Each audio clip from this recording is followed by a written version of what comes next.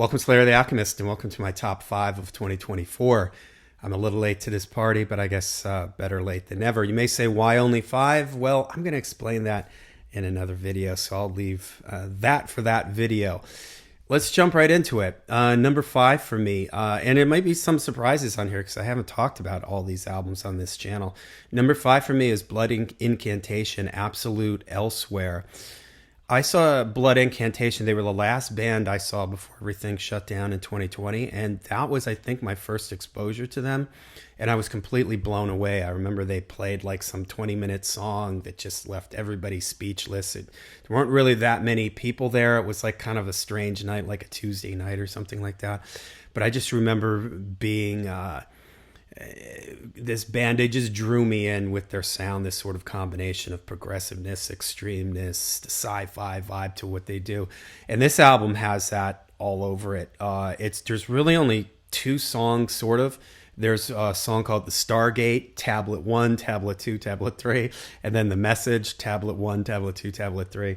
And it's just a fascinating album to just put the headphones on, sit there and listen. They're a very dynamic band. They've got brutal, extreme, fast stuff, but then it'll drop down into quiet, atmospheric stuff.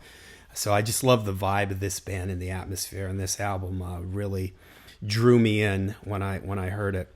All right, number 4, kind of surprised this landed this low for me, but Judas Priest, Invincible Shield.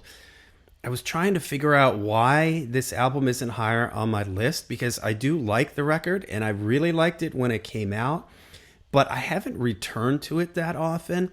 And I think this is going to be a topic of another video too, what I think is happening to some modern records that just don't hold my interest as much as I think that they might. But this is still a really good album. Panic Attack is a great song, Crown of Horns. The title track is great, and I really liked Giants in the Sky. I thought that one was great. Okay, number 3 for me, I actually had this at number 1, but then I bumped it down, is Bruce Dickinson, Mandrake Project. What happened was when I sat down and really started adding up the songs that I really liked on it, I realized there weren't as many as I thought, but I still do really like the record. I think his voice sounds great. I think Bruce is a fantastic songwriter. In my opinion, him and Adrian are the best songwriters in the band. I did do a listening thing where I put my headphones on and I listen and react to the record, a first listen thing. I'll try to remember to link that down below. But there were just some songs that when I revisit this record, there's some songs on it that I just sort of skip over them. Like what's the one, Resurrection Man, I think is the title of one of the ones I don't really care for. So yeah, that's why it sort of dropped down, but there's still, I love the production on it. I love the different guitar sounds and stuff like that. So it did jump up to number 3 for me. Okay, number 2 and number 1. This is tough. I'm gonna flip what I have written on the paper here. Number 2 for me is going to be Opeth, Last Will and Testament. I want to make a video on this album. Now, I dropped out with Opeth. I was really into Opeth, like in the early 2000s. The last album with Growling on it was at Blackwater Park, or right around that time, I was really into it. But then I was never into their progressive phase, which is weird because I like progressive rock. I do like 70s inspired things. And I'm not, as I've made a video about why I've never been able to totally embrace extreme metal, death metal. It's weird that when he stopped growling, that's kind of when I lost interest in the band, because I'm not a huge fan of that. I'm not a huge fan of the extreme vocals. But I welcome the return of this to me, and I'm going to leave some of this. I'm not going to get too into it, leave it for my review of the record, but I think that it works really great. The combination of clean singing, the extreme vocals, the growling. The album is like a concept album, so it's just, I don't know what the S is supposed to mean, like chapter 1, 2, 3, 4, 5, all the way down.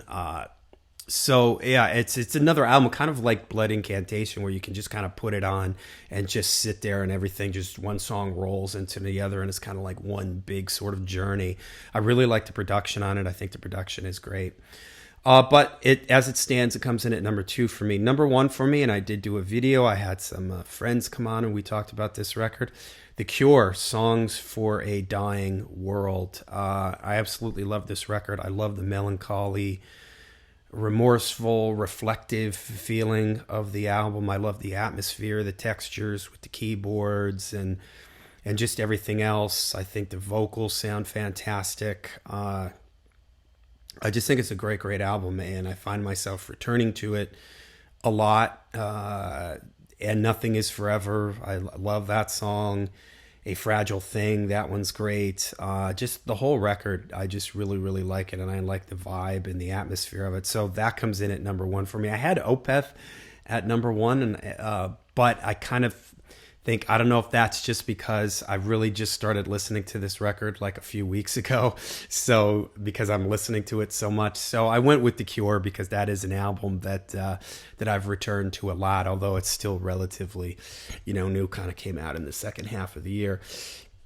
Okay, there you go. My top 5 of 2024. Let me know what you think of my picks. Let me know what your picks would be. What are some of your top albums for 2024?